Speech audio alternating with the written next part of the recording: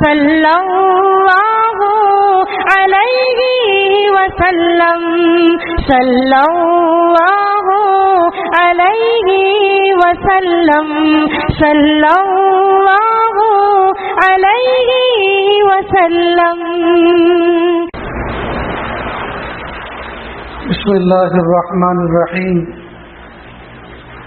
الحمد للہ وکفا وسلام علی عباده الذین اصطفى. اما بعد.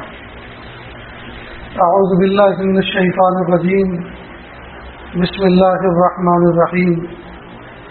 وذکر فإن الذکرى تنفع المؤمنین.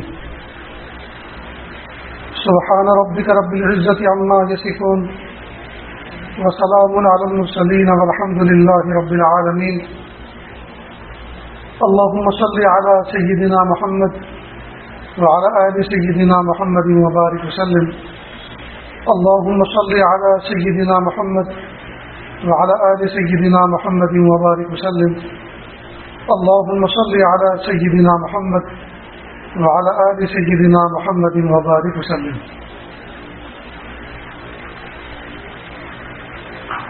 اللہ رب العزت نے انسان کو دو حیثیت عطا فرمائی ہیں، ایک ظاہر کی اور ایک باطن کی. انسان کے ظاہر کی بناوٹ کو خلق کہتے ہیں اور باطن کی بناوٹ کو خلق کہتے ہیں. ظاہر کو اور ظاہر کی بناوٹ کو صورت کہتے ہیں اور باطن کی بناوٹ کو سیرت کہتے ہیں. آج کی دنیا میں صورت کو مینٹین کرنے کے لیے جتنی کوششیں ہو رہی ہیں اور جتنا اس پر خرچ کیا جا رہا ہے اور جتنا اس کو خوبصورت بنانے کے لیے اس کی جدوجہد ہو رہی ہے، اس کا آدھا حصہ بھی باطن کو بنانے پر محنت نہیں ہو رہی. بلکہ یہ آج تو کہا کرتا ہے کہ دنیا کے بازار انسان کے ظاہر کو خوبصورت بنانے کے لیے سامانوں سے بھرے پڑے ہیں. کاسمیٹک کی دکانیں، کاسمیٹک کے سامان، اس کے پروڈکٹ، یہاں تک کہ میں تو کہا کرتا ہوں کہ محلے کے اندر جس بچی کو اللہ نے حسن سے نوازا ہو تو لڑکیاں اس کے ارد منڈلاتی رہتی ہیں کہ پوچھیں کہ کون سی کریم لگاتی ہے. اور کاسمیٹک کے لیے، کریموں کے لیے دبئی تک کا مالدار لوگ سفر کرتے ہیں کہ وہاں سے لے کر آئیں گے. لیکن دل کو خوبصورت بنانے کے لیے، باطن کو خوبصورت بنانے کے لیے اور اپنی سیرت کو اچھا کرنے کے لیے تھوڑی سی بھی محنت نہیں ہو رہی. کاش کہ اگر ہم اس پر محنت کرتے تو بات کچھ اور ہوتی. اس کا والیوم تھوڑا سا کم کریں. پہلے جو کی سیٹنگ ہوئی تھی، تو ایک ہے خلق اور دوسرا ہے خلق. خلق کہتے ہیں ظاہر کی بناوٹ کو اور خلق کہتے ہیں باطن کی بناوٹ. ظاہر کو صورت کہتے ہیں اور باطن کو سیرت کہتے ہیں. حدیث پاک میں پیارے محبوب صلی اللہ علیہ وسلم نے فرمایا، ان اللہ لا ينظر الى اجسامکم ولا الى صورکم ولكن ينظر الى قلوبکم او کما قال علیہ الصلوۃ والسلام. اللہ تعالیٰ تمہارے جسموں کو دیکھتے ہیں کہ قد و قامت کیا ہے، باڈی فگر کیا ہے، نہ تمہاری صورتوں کو دیکھتے ہیں کہ یہ کالی ہیں یہ گوری ہیں، بلکہ اللہ تعالیٰ تو تمہارے دلوں کو دیکھتے ہیں، یعنی باطن کو دیکھتے ہیں. ظاہر کو تو اللہ نے بنایا ہے اور باطن کے اعمال بندوں کے مکلف کیے ہیں کہ بندے اپنے باطن کو اعمال کے ذریعے سے مزین کریں. تو جو چیز اللہ نے خود بنائی ہے جی، اس کو کیا دیکھ کے کریں گے؟ اللہ کو تو اللہ کو پتا ہے کہ میں نے کیسا بنایا ہے، کس کو کیا ڈیزائن، کیا شکل دی ہے. تو ان اللہ لا ينظر الى اجسامکم ولا الى صورکم ولكن ينظر الى قلوبکم او کما قال علیہ الصلوۃ والسلام. معلوم ہوا آخرت کے بازار میں بھی اگر کوئی قیمت لگتی ہے تو وہ باطن کی لگتی ہے، ظاہر کی نہیں. اور ظاہر تو دوسروں کیا ہے؟ ایک مہینے پہلے کے حسین ایک مہینے کے بعد بدصورت ہو جاتے. ایک مہینہ ڈائریا لگ جائے، ایک مہینہ اگر کسی کو ڈائریا لگ جائے تو نچڑے ہوئے آم کی طرح، گلے ہوئے آم کی طرح جی جس کا جوس نکال دیا گیا ہو، ایسا چہرہ ہو جاتا ہے. کہتے ہیں 1 مہینے پہلے تو بڑے خوبصورت تھے، یہ کیا ہو گیا آپ کو؟ غالباً شاہ عبد القادر جیلانی رحمۃ اللہ علیہ کا واقعہ ہے کہ ان کے ہاں کوئی نوجوان آیا اپنی اصلاح کے لیے. حضرت نے ان کو ایک کمرہ دے دیا، کہا یہاں رہو اور جو بتایا جائے وہ کرتے رہو، اعمال کرو، اللہ کی یاد میں لگے رہو. ایک خادمہ تھی جو کھانا پہنچاتی تھی، تو اس کو یہ کہہ رکھا تھا کہ اگر اس کی طرف سے کوئی مس بہیو ہو تو مجھے فوراً بتانا. تو ہمیشہ نیچی نظر کر کے ان سے وہ اپنا کھانا لے لیتا. ایک مرتبہ اس کی نظر پڑی، اور نظر جو پڑی تو دل میں جگہ بن گئی. تو اس نے آ کر شکایت کی کہ اس نے آج مجھے دیکھا ہے. ٹھیک ہے. تو حضرت نے بڑی حکیمانہ انداز سے اس کو باندی کو کھانے میں جمال گھوٹا دے دیا. جمال گھوٹا یہ طب یونانی کے اندر، ابھی تو حکیم عبدالرزاق صاحب مولانا بتائیں کہ یہ کیا ہوتا ہے، لیکن اتنا پتا ہے کہ اس سے اسپیڈ بڑھ جاتی ہے آدمی کی. اگر یہ کھانے میں آ جائے تو پھر آدمی کی اسپیڈ بڑھ جاتی ہے، یعنی باتھ روم واش روم کی طرف بھاگتا دوڑتا ہو جاتا ہے. تو جب اس کو جمال گھوٹا دیا تو اس کو کہا کہ دیکھو تمہیں جو بھی دست ہو وہ کسی پرانے سے برتن میں، پرانے زمانے میں مٹکے گھڑے ہوا کرتے تھے، ٹوٹ جاتے تھے تو وہ ویسٹیج میں چلے، تو کہا ایسے پرانے کسی مٹکے میں جو ٹوٹا ہوا ہو اس میں جمع کرتے رہو. اب صبح سے شام تک جو 8-10 دست آ گئے اور بالکل کمزور ہو گئی، چہرہ پیلا پڑ گیا، گال بھی اندر دھس گئے. ٹفن لے کے بھیجا. اس لڑکے نے دیکھ کر فوراً نظر یوں ناک بھاؤں چڑھا کر نظر دے. پوچھا حضرت نے کہ آج کیا کس طرح کا برتاؤ رہا؟ کہ حضرت آپ سے اس نے دکھائی نہیں جی بھر کے، نظر بچا لی. کہا وہ برتن اٹھاؤ، چلو میرے ساتھ. وہ برتن جس میں وہ نجاست اس کی جسم سے نکلی ہوئی تھی وہ لے کر گئے. اس کو کہا اس کو دیکھو یہ تمہارا محبوب ہے، اس کے جسم سے سوائے اس چیز کی اور کوئی چیز نہیں نکلی. معلوم ہے جب تک یہ چیز اندر تھی تب اس کو محبت کرتے تھے، اس کو محبت کی وجہ سے دیکھتے تھے، اور جب یہ چیز باہر نکل گئی تو تم نفرت کرنے لگے. معلوم ہے تمہارا محبوب یہ ہے. کیسی حکمت والی بات کری. میرے بھائیو، انسان کے جسم پہ کیا مرنا، آدمی کا جسم کیا ہے جس پر شیدا ہے جہاں، آدمی کا جسم کیا ہے جس پہ شیدا ہے جہاں.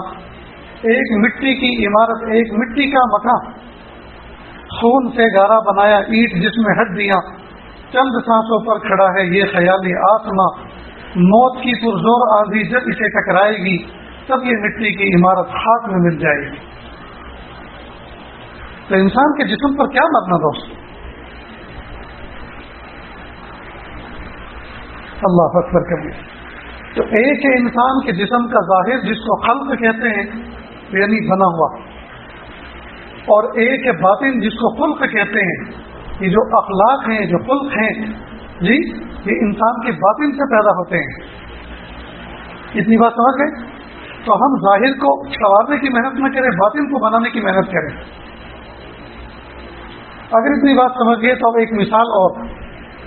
ایک ہوتا ہے درخت، اس کا تنا ہوتا ہے، پھر اس کی شاخیں ہوتی ہیں، ٹہنیاں ہوتی ہیں، اس پر پتیاں لگی ہوئی ہوتی ہیں، کوپلیں لگی ہوئی ہوتی ہیں، کلیاں ہوتی ہیں، پھول ہوتے ہیں، پھل ہوتے ہیں. تو یہ شاخیں، یہ پتیاں، یہ پھول، یہ پھل، یہ کلیاں جو خوبصورت دکھتی ہیں، یہ اصل کس کی وجہ سے ہیں؟ اس تنے کی وجہ سے. اگر تنا نہ ہو تو یہ پتیاں، یہ شاخیں، یہ پھل، یہ پھول نہ آئے. صحت مند تنے کا ہونا ضروری ہے. تو درخت کے اندر تنا اصل ہے، اور پھر شاخیں اور پھل اور پھول اور کلیاں یہ سب اس کی فرع ہیں، یہ ضمن ہے. اصل جو ہے اس کا تنا ہے. تو تنے سے یہ شاخیں ٹوٹتی ہیں. ٹھیک اسی طرح انسان جو اعمال کرتا ہے، وہ چاہے نماز پڑھنا ہو، چاہے تسبیح پڑھنا ہو، چاہے تلاوت کرنا ہو، چاہے کسی کے ساتھ خندہ پیشانی سے ملنا ہو، چاہے کسی کی رہبری کرنا ہو، چاہے کسی کی دستگیری کرنا ہو، ہاتھ پکڑنا ہو جی، چاہے کسی کی خدمت کرنا ہو، چاہے کسی کو راحت پہنچانا ہو، یہ سارے کے سارے انسان کے جو اعمال ہیں یہ ساری شاخیں ہیں، شاخوں کے مانند ہیں. اور جب شاخ ہے تو پھر اس کا تنا کیا ہے؟ اس کا تنا ہے اخلاق. تو یہ اعمال جو انسان سے سرزد ہوتے ہیں یہ شاخوں کے مانند ہیں، اور یہ اعمال جس سے اصل جڑے ہوئے ہیں وہ ہے تنے کے مانند. تنا کیا ہے؟ اخلاق. معلوم ہوا اخلاق سے اعمال سرزد ہوتے ہیں. اگر اخلاق اچھے ہوں گے تو اعمال اچھے سرزد ہوں گے، اور اگر اخلاق خراب ہوں گے تو اعمال بھی خراب نکلیں گے. اگر کوئی آدمی گالی دیتا ہے، دادا گیری کی باتیں کرتا ہے، ظلم و ستم کی بات کرتا ہے، مس بہیو کرتا ہے، مار دھاڑ کرتا ہے جی، یہ سب کر رہا ہے، اس کا مطلب یہ کہ اندر کے اخلاق خراب ہے، اندر جو سارا کا سارا نظام دھرم ہے. تو یہ اعمال جس طرح سے شاخیں اور پھل اور پھول تنے کی فرح ہوتی ہیں، تنے کے ساتھ جڑی ہوتی ہیں، اصل تنا ہوتا ہے اسی کے ساتھ وابستہ ہوتی ہیں، اسی طرح انسان کے جتنے اعمال ہیں یہ سارے کے سارے شاخوں کے مانند اور کلیوں کے مانند اور پتوں کے مانند ہیں. اصل تنا کیا ہے؟ اخلاق ہے. جتنے اخلاق اچھے ہوں گے اتنے اعمال اچھے ہوں گے، جتنا تنا مضبوط ہوگا اتنی شاخیں اچھی ہوں گی. اب جب اعمال فرا ہیں، شاخوں کے مانند ہیں، پتوں کے مانند ہیں، اور اخلاق کرنے کے مانند ہیں، تو یہ اخلاق بنتا کس چیز سے ہے؟ اخلاق بنتا کس چیز سے ہے؟ تو ذرا میں آپ لوگوں کی توجہ چاہوں گا، ذرا اس کو سمجھ لو اچھی طرح سے. ایک میتھڈ ہے یہ، جیسے کھانا بنانے کی ریسیپی ہوتی ہے جی، چائے بنانے کی ریسیپی ہوتی ہے، جوس بنانے کی ریسیپی ہوتی ہے جی، ٹھیک بالکل اسی طرح یہ ایک میتھڈ آپ کے سامنے زندگی کا بیان کیا جا رہا ہے، اس کو اچھی طرح سمجھ لیں. تو اعمال فرا ہیں، شاخوں کے مانند ہیں، اخلاق تنے کے مانند ہیں. اخلاق بنتا ہے تین چیزوں سے. اخلاق جن سے اعمال سرزد ہوتے ہیں، اخلاق بنتے ہیں کس چیزوں سے؟ تین چیزوں سے. وہ اللہ پاک نے انسان کے جسم کے اندر تین صلاحیتیں پیدا فرمائی ہیں، ان تین صلاحیتوں سے اخلاق ڈیولپ ہوتا ہے، اور اخلاق سے پھر اعمال سرزد ہوتے ہیں. تو وہ تین چیزیں کیا ہیں؟ ایک ہے قوت عقلیہ. اللہ پاک نے انسان کو عقل عطا فرمائی ہے، سمجھ عطا فرمائی. یہ سمجھ، یہ عقل اللہ پاک نے انسانوں کو عطا فرمائی، دوسرے جانوروں کو نہیں. ان کو تھوڑی سی ان کی ضرورت کی چیز ان بیٹ ان کو عطا فرما دی ہے. اس لیے تو ان کے ہاں کوئی چیز ایجاد نہیں ہے، ان کے یہاں پڑھنا پڑھانا نہیں ہے، ان کے یہاں رشتے ناطے نہیں ہیں، ان کے یہاں پڑھنا پڑھانا نہیں ہے جی، اور سیکھنا سکھانا نہیں ہے، لہذا ان کے یہاں کوئی ایجاد بھی نہیں ہے. ایک چڑیا اب سے 1000 سال پہلے جیسے گھونسلہ بناتی تھی آج بھی ایسی بناتی ہے، کوئی ڈیولپمنٹ نہیں ہے. جبکہ انسان کے یہاں 1000 سال پہلے وہ کیا بناتا تھا اور اب کیا بناتا ہے اور آئندہ کیا بنائے گا، کیونکہ اللہ پاک نے اس کو عقل کا نور عطا فرمایا، قوت عقلیہ عطا فرمائی. عقل ایک نور ہے، اللہ پاک نے تمام انسانوں کو یہ نور عطا فرمایا. پڑوسی ملک کے اندر ایک شخص نے تربوز کی کھیتی اگائی، واٹر میلن. اب تربوز کاٹ کے اس کی بیل سے الگ کر کے اور کھیت کے باہر روڈ کے کنارے لگا کے بیٹھ گیا. اب لوگ گاڑیاں لے کر آتے ہیں، روکتے ہیں، پوچھتے بھائی کیسے دیے، کبھی اتنے روپے کلو، کب میٹھا بھی ہے، پھر چکھ لو. تو وہ تھوڑی سی ٹانکی لگا کے کاٹ کے اس کو دیتا، چکھتے تھے پھر ٹھیک ہے. بہت سے لوگ بادر ناخواستہ لے جاتے، اس کا نقصان نہ ہو، اکثر لوگ چھوڑ جاتے، ٹھیک ہے لے جا کے کیا کریں گے. یہ بڑا پریشان، اسی کھیتی پر تو آس لگا کے بیٹھے تھے اور یہ تو بے ذائقہ ہے. فوراً بازار گیا، وہاں سے ایک بینر تیار کروایا اور بینر کے اوپر لکھوایا، اپنے ملک کا نام لیا. پاکستان کی تاریخ میں پہلی مرتبہ، پڑوسی ملک کا واقعہ ہے، پاکستان کی تاریخ میں پہلی مرتبہ شوگر فری واٹر میلن. اب جو بھی اس بورڈ کو دیکھتا تو وہ سوچتا کہ یار یہ ایگریکلچر سائنس والوں نے یہ شوگر پیشنٹ کے لیے اسپیشل قسم کا واٹر میلن تیار کیا ہے محنت کر کے. اب لوگ جو ہے منہ مانگی قیمت پر لے کر گئے. تو دیکھیے عقل کا نور کام لگا نا. تو اگر عقل ہے فہم ہے تو بھی تو آدمی اس سے کام لیتا ہے. لیکن اگر اخلاق اچھے نہ ہو جی تو پھر آگے بہت گڑبڑ ہوتی. اسی عقل کو کسی اور جگہ آدمی استعمال کرتا ہے. بہرحال اب جو اخلاق بنتے ہیں وہ بنتے ہیں 3 چیزوں سے. ان میں سے ایک ہے قوت عقلیہ. یہ اللہ کی بہت بڑی نعمت ہے. یہ اتنی بڑی بھی نہ ہو کہ اللہ کا انکار کرنے لگے, وحی کا انکار کرنے لگے, یوم حشر نشر کا آخرت کے دن کا انکار کرنے لگے, بادل موت کا انکار کرنے لگے. یہ عقل اتنی بڑی بھی نہ ہو, یعنی اس کا افراط بھی نہ ہو. افراط کہتے ہیں ٹاپ, اوپر کا حصہ. نہ اس میں افراط ہو نہ تفریط ہو, نہ اتنی بڑی بھی ہو کہ وحی کا انکار کرنے لگے, اور نہ اتنی گھٹی بھی ہو کہ پاگل پن ہو. بہت سے کوئی کام قبول کرتے ہیں, وہ کام دیکھتے کہتے ہیں بھائی عقل ہے کہ نہیں, کچھ فہم ہے کہ نہیں, بالکل بیوقوف ہے. معلوم ہوا بیوقوفی بھی مطلوب نہیں ہے, اور اتنی بڑی عقل بھی مطلوب نہیں ہے کہ پھر وہ آدمی حد سے زیادہ اپنے آپ کو عقل مند کہہ کر پھر ایسے کاموں میں انجام دینے لگے جو اللہ اور اس کے رسول کو پسند نہیں ہے. اس کا درمیانی حصہ جس کو اعتدال کہتے ہیں یہ مطلوب ہے. تو اللہ پاک نے انسان کو ایک قوت عطا فرمائی جس کو قوت عقلیہ کہتے ہیں. نہ اس میں افراط ہو نہ تفریط ہو, درمیان کا حصہ ہو. تو یہ عقل کی نعمت واقعی نعمت ہے. تو اخلاق جن سے ڈیولپ ہوتا ہے اس میں سے ایک قسم کیا ہے, قوت عقلیہ.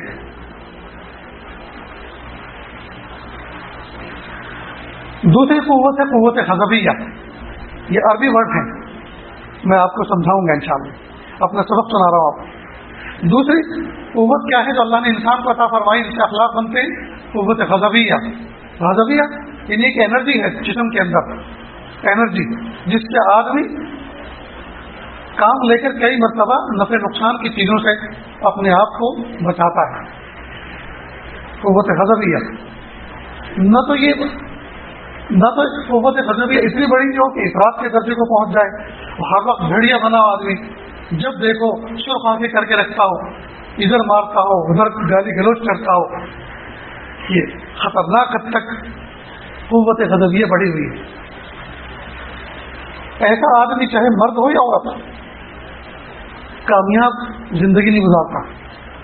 وجہ مثال کے طور پر گھر کے, اچھا یہ قوت غضبیہ پہلے اس کو سمجھ لو کہ اس کے فائدے کیا ہیں. اگر قوت غضبیہ بہت بڑھے گی تو آدمی ظلم کرے گا, اور قوت غضبیہ بالکل ڈاؤن ہوگی, بالکل گری ہوئی ہوگی, تو آدمی اپنی عزت و ناموس کی حفاظت نہیں کر سکے گا. عزت و ناموس کی حفاظت نہیں کر سکے. کوئی ہمارے قرآن پاک کو برا کہے, ہمارے نبی کو برا کہے, شاعر اللہ کی توہین کرے, ہمارے عزت و آبرو پر ہاتھ ڈالے, تو ہم تو غصہ نہیں کریں گے. تو اس کا مطلب یہ ہے کہ ہم سب اس کو جائز سمجھیں گے, اس کو پرمیشن دیں گے. تو نہ اس کا افراط مطلوب ہے نہ اس کی تفریط مطلوب ہے. نہ قوت غضبیہ اتنی ڈاؤن ہو کہ کوئی بھی آدمی اس کی بیوی بچوں کے اوپر عزت پر ہاتھ اٹھائے اس کو کچھ احساس ہی نہ ہو. تو یہ بھی مطلوب نہیں ہے. اور ہر وقت اتنا غصے میں رہے کہ لوگ اس سے بات کرنا, سلام کرنا بھی پسند نہ کریں, اس کے قریب بیٹھنا بھی پسند نہ کریں, اس کے سامنے سے گزرنا بھی پسند نہ کریں. یہ بھی ڈینجر, یہ بھی بری بات ہے. لہذا بہت سارے گھروں کے اندر بچے بچیاں غلط راستے پہ چلتے ہیں, لیکن ماں اپنے شوہر کو, بچوں کی ماں اپنے شوہر کو اس لیے نہیں کہتی کہ وہ ان کو مار بیٹھے گا, یہ کوئی ایسی سزا دے گا کہ بچے معذور ہو جائیں گے. یہ کہو کہ وہ گولی مار دے گا, وہ نہیں کہتی. اور جب وہ ناک کٹ جاتی ہے اور سب اب اس کو کہتی میں کیا کروں, کہنا چاہتی تھی لیکن تمہارا غصہ اتنا خطرناک کہ میں کہہ نہ سکیں. اس لیے عورتوں کو چاہیے کہ اگر شوہر ایسے غصے والے جلالی ہوں تو موقع کا انتظار کرے, بلکہ موقع تیار کرے. کچھ موقع ایسے بھی تو ہوتے ہیں نا گھر میں, بہت سے انجوائے کے موقع ہوتے ہیں, تو اس وقت کہیں کہ دیکھو میری سرکار, میری محبتوں کی معراج, اس دنیا میں آپ کے علاوہ میرا ہے کون, آپ میرے شوہر ہیں, میری عزت آبرو ہیں, میری عزت کے محافظ ہیں. ایک بات میں آپ کو کہنا چاہ رہی ہوں, لیکن پلیز اللہ کے لیے آپ غصہ مت ہونا, آپ جو ہے آپے سے باہر مت ہونا, حکمتوں کے ساتھ اس کو کرو. دیکھو اس میں میری اور آپ سب کی عزت ہے. دیکھو ہمارے بچے غلط راستے پہ چل رہے ہیں، آپ ان پہ نظر رکھو، آپ ان کو ٹائم دو، اور مار دھاڑ اس کا کوئی حل نہیں ہے۔ اس طرح سے اگر بات کہیں تو بہرحال شوہر ہر وقت وہ ساتھ آسمان پہ تو رہتا نہیں غصے میں، بہرحال کچھ موقع ایسے بھی تو آتے ہیں، اسے کھانا بھی ہوتا ہے، میاں بیوی کی جو انجوائے کا معاملہ ہوتا ہے وہ بھی ہوتا ہے، وہ غصے کی کیفیت میں تو وہ معاملہ ہو ہی نہیں سکتا۔ بہرحال حکمت کے ساتھ عورت کو چاہیے کہ وہ اس طرح کی بات کہے۔ تو قوت غضبیہ اللہ پاک نے انسان کے جسم کے اندر ایک انرجی رکھی ہے جس سے آدمی اپنے نقصان کی چیزوں سے بچتا ہے، لیکن یہ اتنی بڑی بھی نہ ہو کہ ہر وقت یہ غصے میں رہے، اور اتنی گھٹی بھی نہ ہو کہ غصے کی باتوں پہ غصہ نہ آئے۔ تو اعتدال مطلوب، ٹھیک ہے۔ قوت عقلیہ کا جو اعتدال ہے اس کو حکمت کہتے ہیں، اور قوت غضبیہ کا جو اعتدال اس کو شجاعت کہتے ہیں، اس کو شجاعت کہتے ہیں۔ قوت غضبیہ کا اگر اعلیٰ فرد ہے، افراد ہے، تو اس کو تو ظالم کہیں گے لوگ، ظالم آدمی، بہت ظالم، بہت ڈینجر آدمی۔ لیکن حکمت سے غصہ کرنا اور ایسی بات کرنا اور ایسا کردار ادا کرنا کہ سب لوگ داد دیں، اس کو کہتے ہیں شجاعت۔ بڑا بہادر آدمی ہے، بڑا سمجھدار آدمی ہے۔ تو قوت عقلیہ کا اعلیٰ فرد، یہ درمیانی فرد اعتدال، اس کو کیا کہتے ہیں؟ حکمت۔ اور قوت غضبیہ کا اعتدال والا فرد، اس کو کیا کہتے ہیں؟ شجاعت۔ اب ایک ہے قوت شہویہ۔ شہویہ یہ شہوت سے بنا ہے، اشتہا سے بنا۔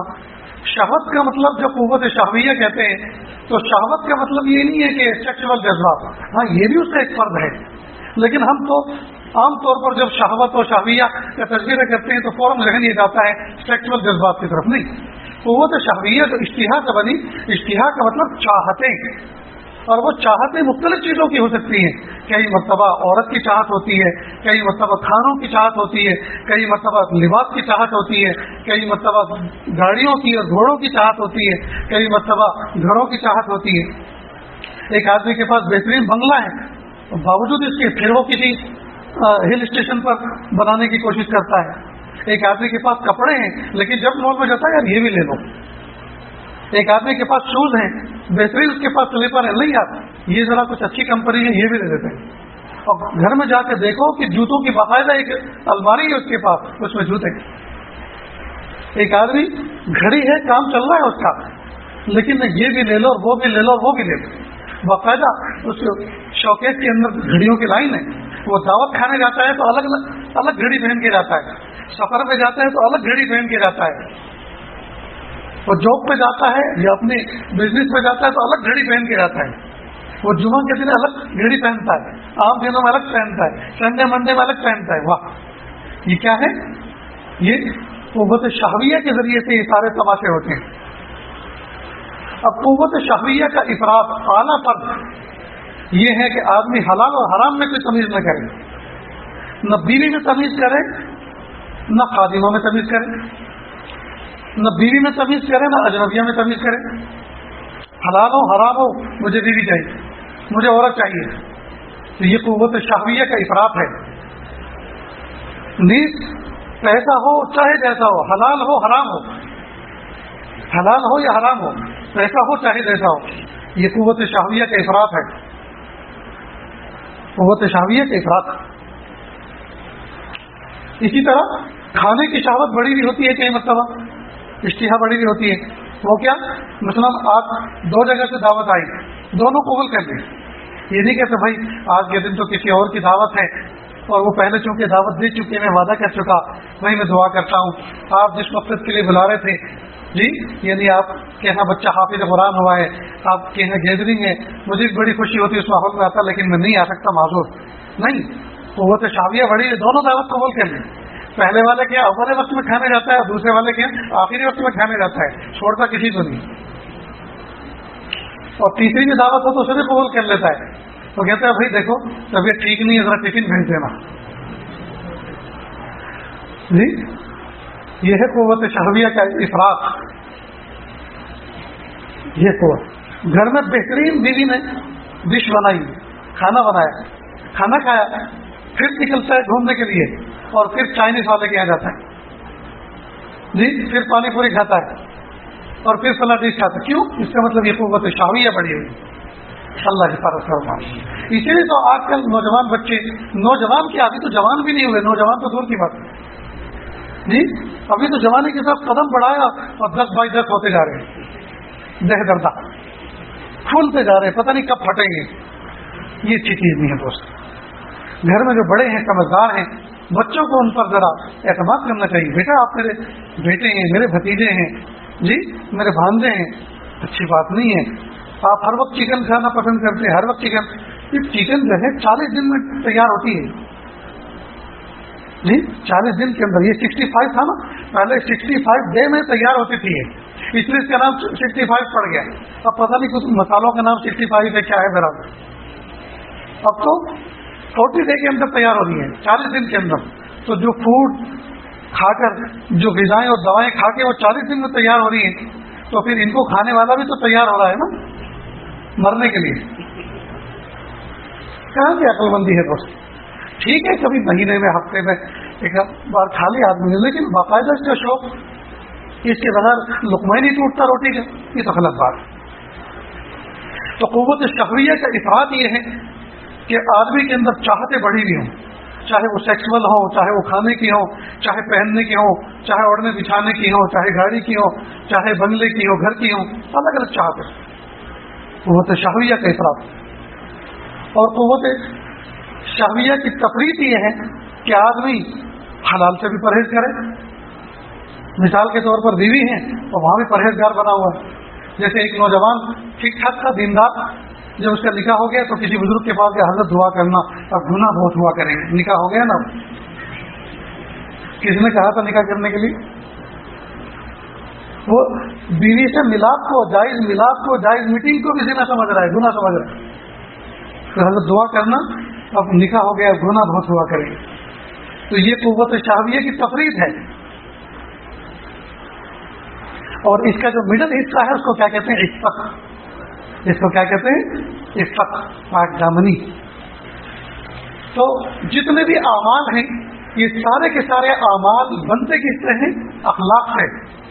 اور اخلاق کس سے بنتے ہیں؟ ان 3 چیزوں سے: قوت عقلیہ، قوت غضبیہ، قوت شہویہ. اور ان تینوں انرجیز کے اندر درمیانی حصہ ہونا چاہیے، اعتدال ہونا چاہیے، جو میں نے آپ کے سامنے بیان کیا. قوت عقلیہ کا جی اعتدال کیا؟ حکمت. اور قوت غضبیہ کا اعتدال ہے شجاعت. اور قوت شہویہ کا اعتدال ہے عفت. اللہ کے محبوب صلی اللہ علیہ وسلم نے فرمایا: اللہم انی اسألک العفة والعافیة فی الدنیا والآخرہ. میرے بھائیوں، آپ اس چیز کو اچھی طرح سے ذہن میں بٹھائیں، اس سبق کو، اور اس کے بعد آپ اندازہ لگائیے کہ اگر غصہ بڑھا ہوا ہے، معلوم ہے آپ کے غصے سے کچھ فائدے حاصل نہیں ہو رہے بلکہ لوگوں کو نقصان ہو رہے ہیں، آپ کے اخلاق بگڑ رہے ہیں، جو آپ کے اعمال سرزد ہو رہے ہیں، لوگ آپ سے نفرت کریں گے. اگر آپ کی قوت شہویہ بڑھی ہوئی ہے، اس کا مطلب یہ کہ آپ جب کھانے بیٹھیں گے تو لوگ آپ کو دیکھیں گے، دیکھو یار دیکھنے میں تو ٹھیک ٹھاک سا بندہ لگتا ہے، لیکن دیکھو کتنی اسپیڈ سے کھا رہا ہے. کئی مرتبہ شیئرنگ پلیٹ ہوتی ہے، ایک ہی پلیٹ میں آمنے سامنے بیٹھ جاتے ہیں. شادی بیاہوں میں ہوتا ہے، شیئرنگ پلیٹ ہے، آمنے سامنے بیٹھے ہیں جی، تو اپنے حصے کی تو روٹی کھا گیا اور دوسرے کی کیسے اپنے پاس لائیں تو دھیرے سے نمک ملائے گا اور تو ملانے کے بہانے سے اس روٹی کو اپنی طرف کر دے گی. اس کا مطلب یہ ہے کہ اندر اعلیٰ درجے کی قوت شہویہ بڑھی ہوئی ہے، اشتہا بڑھی ہوئی. بہت سے لوگوں کا حال یہ ہے، ان سے پوچھو یار یہ گھڑی کہاں تھی؟ یہ میرے دوستار کی ہے، یہ میرے ایک دوست کی ہے. کیوں؟ تو میں ذرا کل شادی میں جانے والا اس سے لے کر آیا ہوں، ادھاری گھڑی لے کر آیا وٹ مارنے کے لیے. اور پھر یہ رہے گا کیسے؟ آپ کی یوں چڑھا کر رہے گا، یہ تو یوں رہے گی برابر، یہ یوں تاکہ دکھے سب. فون بھی اسی میں اٹھائے، ریویو کرے دائیں ہاتھ سے اس سے، تاکہ سب کو پتہ چلے کہ گھڑی پہنی. ہائے ہائے.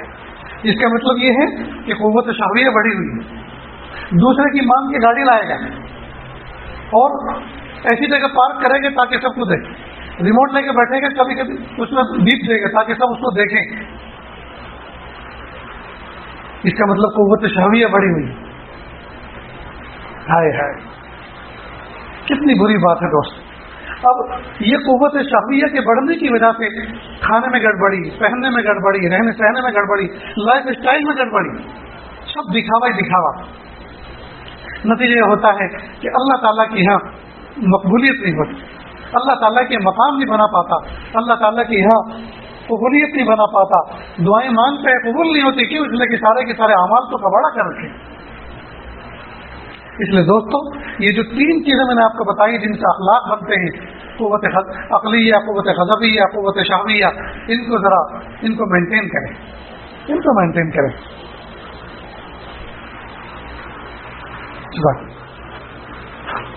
پھر دیکھیے انشاءاللہ اللہ تعالیٰ زندگی میں کیسے پھول کھلاتے ہیں، غصہ کریں لیکن غصے میں بھی ایک ادا ہونی چاہیے، سامنے والا آپ کے غصے کو سمجھے، سامنے والا آپ کی ناراضگی کو سمجھے جی، لیکن اس کی عزت کے اوپر حرف نہ آئے، وہ آپ کے سامنے شرمندہ ہو لیکن سمجھ لے کہ میں ایک فرد کے سامنے شرمندہ ہوا ہوں لیکن دوسروں کے سامنے شرمندہ ہونے سے تو بچ گئے۔ پھر دیکھیے دوستو، جب ہمارے اخلاق اچھے بنیں گے، ہم چلتا پھرتا ایک ایسا نمونہ ہوں گے کہ لوگ ہماری طرف اشارہ کریں گے، یہ بندہ 24 کیرٹ سونا ہے، اس سے دوستی کرنا چاہیے، اس سے مشورہ لینا چاہیے، اس سے ملنا چاہیے، اس کی مشورے صحیح جی، اس کی رائے بہترین، اور یہ جس کا ہاتھ پکڑ لے بیڑا پار ہو جائے، یہ جس کی رہبری کرے وہ کبھی مس گائڈ نہیں کرتا، چلو تو صحیح، بیٹھو تو صحیح، دیکھو ملو گے دل خوش ہو جائے، ہوتے ہیں لوگ، ان کا اتنا بہترین ان کے اخلاق ہوتے ہیں، ان کی عادات ہوتی ہیں، کیا بوڑھا، کیا جوان، کیا بچہ، کیا عورت، کیا مرد، وہ سب میں ایسے گھل مل جاتے ہیں، اپنے اخلاق کا ایسا وہ سکہ جما لیتے ہیں کہ سب کے سب ان کی بات کو سننے کے مجبور ہوتے ہیں۔ خاندانوں میں ایسے افراد ہوتے ہیں، فیملیز میں ایسے افراد ہوتے ہیں، گھروں کے اندر ایسے افراد ہوتے ہیں کہ سب ان کی بات مانتے ہیں، حالانکہ وہ کئی مرتبہ قد میں چھوٹے ہوتے ہیں لیکن ان کی رائے، ان کے اخلاق اتنے اچھے ہوتے ہیں کہ سب کے سب ان کی بات کو مانتے ہیں۔ آج کل دوستوں گھر کیوں بگڑ رہے ہیں، خاندان کیوں بگڑ رہے ہیں؟ افراد کی وجہ سے اور افراد کے اخلاق کی وجہ سے۔ مثال کے طور پر ایک گھر میں ایک آدمی ایسا ہوتا ہے ہر وقت وہ کڑوی دوائی پیے ہوئے رہتا ہے، ہر وقت کڑوی دوائی، نہ گھر کی بیوی اس سے بات کرنا چاہتی، نہ جوان بیٹی اس سے کچھ بات کرنا چاہتی، نہ بچے اس سے ملنا چاہتے، بلکہ وہ سب کے سب سائڈ کر لیتے ہیں۔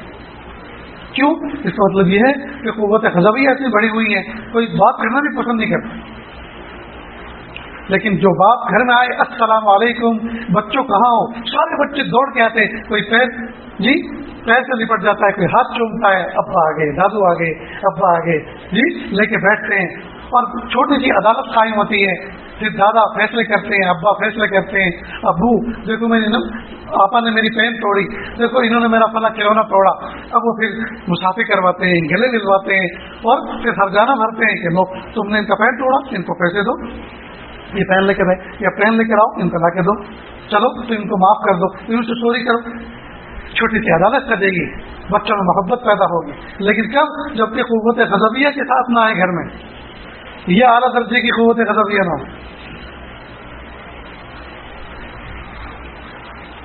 اللہ کو کئی مرتبہ گھروں میں ایسی باتیں سنی گئی کہ باپ فریج میں سے کوئی مٹھائی لے کے کھا رہا ہے، بچے کے ابو بولے ارے رک، اور خود کھا رہا تھا۔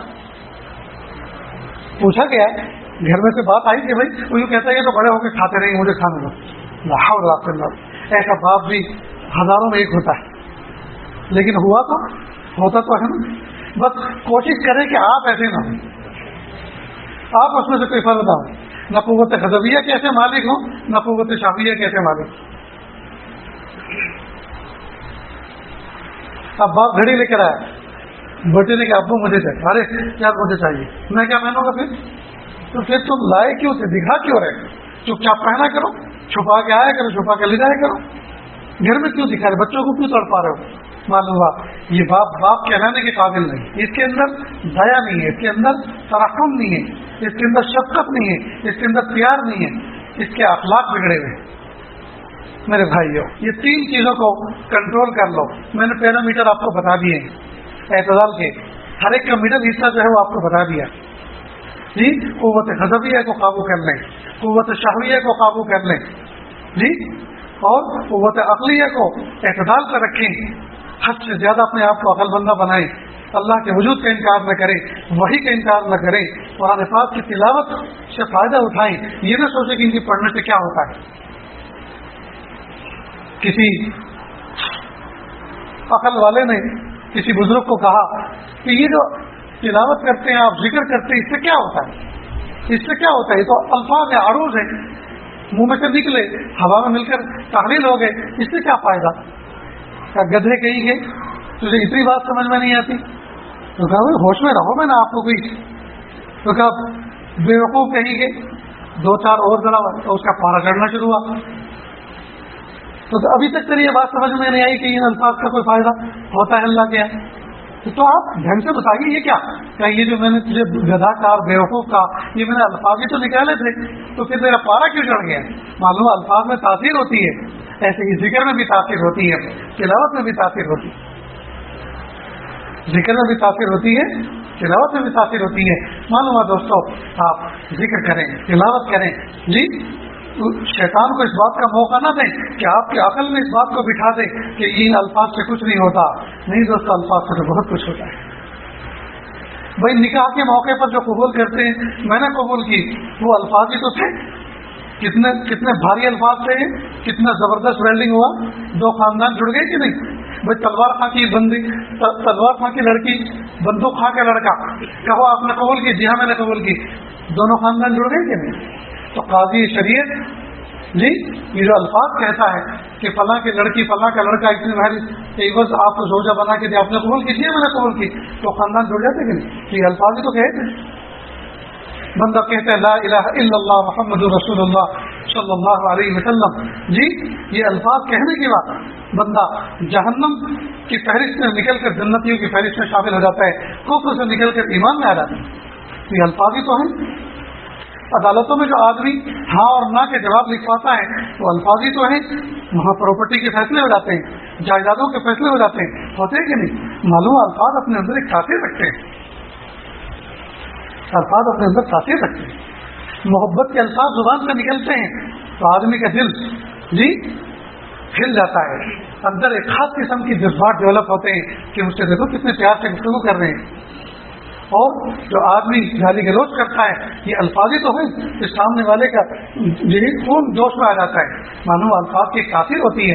ٹھیک اسی طرح اللہ پاک نے جو اذکار ہمیں بتائے ہیں، اللہ پاک نے فرمایا کہ آپ اللہ تعالیٰ سے استغفار کرو، مومنوں کو کہا کہ نمازیں پڑھو، مومنوں کو کہا کہ وہ ذکر کریں، کثرت سے ذکر کریں۔ تو یہ اللہ پاک نے جو الفاظ بولنے کے لیے حکم فرمایا، جب خالق کائنات الفاظ بولنے کے لیے کہہ رہے ہیں، ذکر کرنے کے لیے کہہ رہے ہیں، تلاوت کرنے کے لیے کہہ رہے ہیں، استغفار کرنے کے لیے کہہ رہے ہیں جی، اللہ پاک فرما رہے ہیں خالق کائنات رب کائنات، معلوم ہے ان الفاظ کے اندر تاثیر ہے اور اس کی قیمت لگنے والی ہے، اور قیامت کے دن اللہ تعالیٰ اس کا اجر عطا فرمائے۔ بہرحال دوستو، اللہ تعالیٰ سے دعا ہے کہ جو کچھ باتیں کہی گئی سنی گئی اللہ تعالیٰ ہمیں عمل کی توفیق عطا فرمائے، ہمارے اللہ پاک اعمال کو بھی اچھا کر دے، اور اعمال جن اخلاق سے وجود میں آتے ہیں اللہ تعالیٰ اس تنے کو بھی تناور بنا دے، قداور بنا دے، اور وہ اخلاق جن چیزوں سے بنتے ہیں وہ 3 صفات اللہ پاک ان کی بھی اصلاح فرما دے۔ وآخر دعوانا ان الحمد للہ رب العالمین۔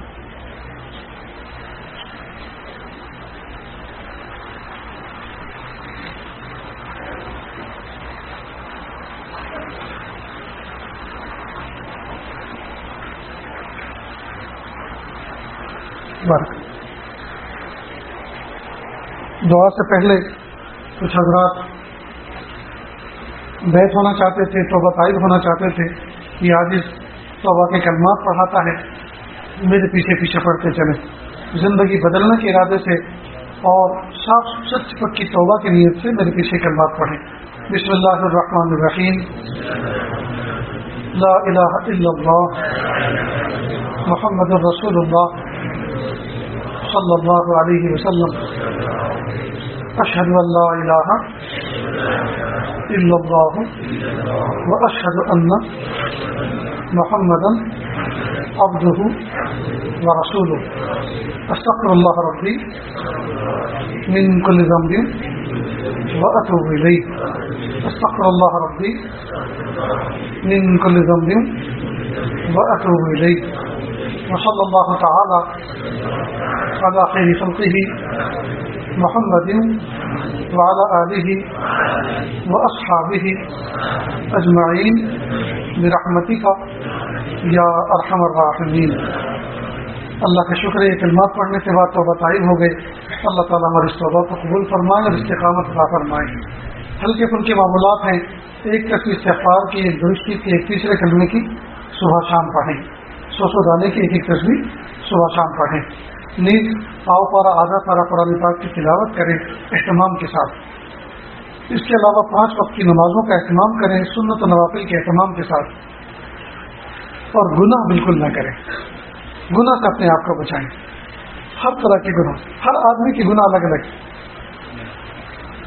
خواص کے الگ، عوام کے الگ، جوانوں کے الگ، بوڑھوں کے الگ، عورتوں کے الگ، مردوں کے الگ، غریبوں کے الگ، امیروں کے الگ. ہر آدمی کے گناہ الگ ہیں اور ہر آدمی سمجھتا ہے میں کون سے گناہ کا عادی ہوں. بس ہمت کر کے اس گناہ سے بچے، اس کے لیے اسباب اختیار کرے، اس کے لیے پلاننگ کرے. جیسے گناہ کرنے کے لیے پلاننگ کرتے ہیں، گناہ سے بچنے کے لیے تو پلاننگ کرنی چاہیے. اور گناہ سے بچنے کے لیے پلاننگ یہ ہے سب سے پہلے ارادہ کرے کہ مجھے گناہ نہیں کرنا.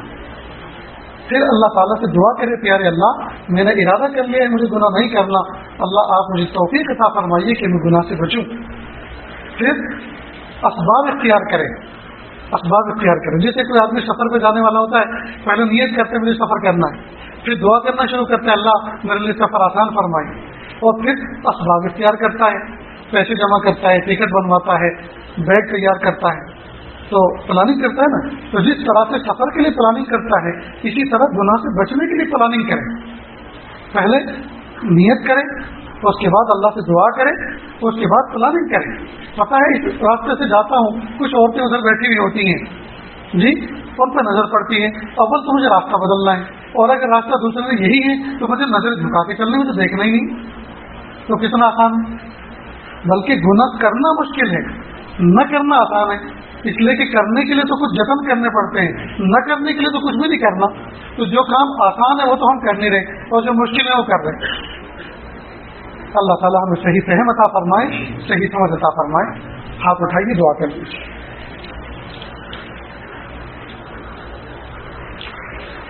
بسم اللہ الرحمن الرحیم. الحمد للہ رب العالمین الرحمن الرحیم مالک یوم الدین ایاک نعبد و ایاک نستعین اهدنا الصراط المستقیم صراط الذین انعمت علیہم غیر المغضوب علیہم ولا الضالین آمین یا رب العالمین. اللہ جی ہم ظاہر میں آپ کے بندے، حقیقت میں نہایت گندے.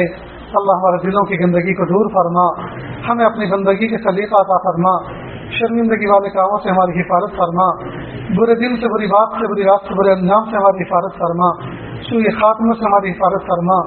اللہ جی یہ ہاتھ اٹھائے جانے کے قابل نہیں اور یہ زبان کو سوال کرنے کے قابل نہیں. آپ سے نہ مانگے تو کس سے مانگیں، آپ سے سوال نہ کریں تو کس سے سوال کریں. ایک کمزور ایک قوی کے دروازے پر، ایک سائل ایک سخی کے دروازے پر، ایک محتاج ایک غنی کے دروازے پر حاضر ہے. میرے پیارے اللہ رحم فرما دیجیے، عافیت کا معاملہ فرما دیجیے. میرے پیارے اللہ ہاتھوں کا پیالہ بنا کر آپ سے بھیک مانگ رہے ہیں کہ اللہ مخلوق کا محتاج نہ بنائیے، ہمیشہ اپنا محتاج بنا کے رکھیے.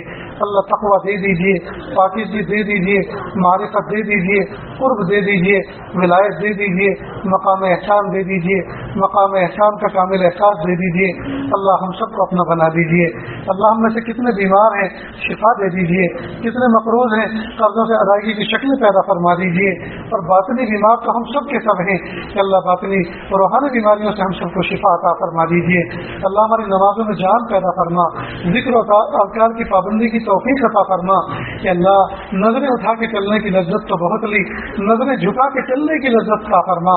کہ اللہ ہنسنے کی لذت تو بہت لی، اب رونے اور گڑ گڑانے کی لذت بھی عطا فرما. یہ میرے پیارے رب اس محفل میں نہ جانے کتنے دکھیارے، نہ جانے کتنے غم کے مارے بیٹھے ہوئے ہیں. اللہ سب کے دلوں کے اندر کچھ تمنائیں ہیں، مرادیں ہیں اور ارادے ہیں، مخلوق کے سامنے کہہ بھی نہیں سکتے، دل میں رکھ کر سہ بھی نہیں سکتے. اللہ سب کی دلی جائز نیک تمناؤں کو پورا فرما، جائز نیک تمناؤں کو پورا فرما.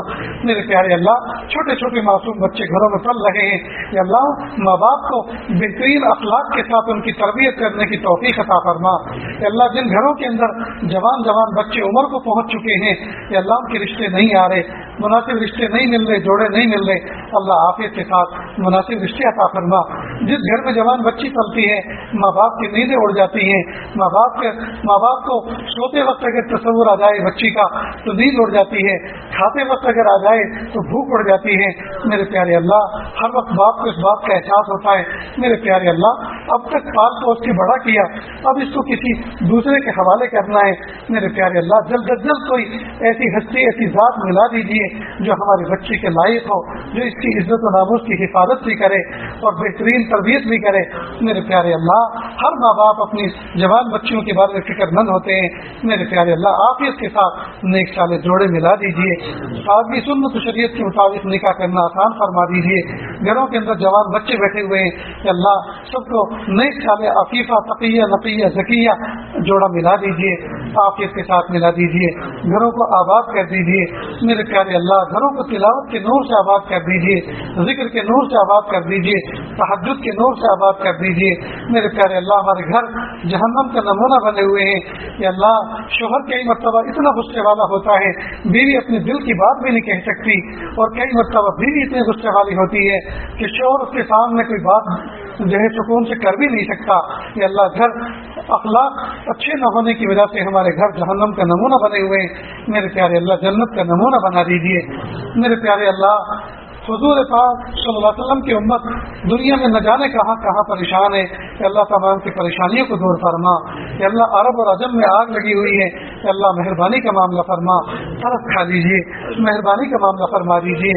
کہ اللہ ہمارے بہت سارے دوست احباب بیمار ہیں، علماء صلاح بیمار ہیں، ان کو شفا عطا فرما۔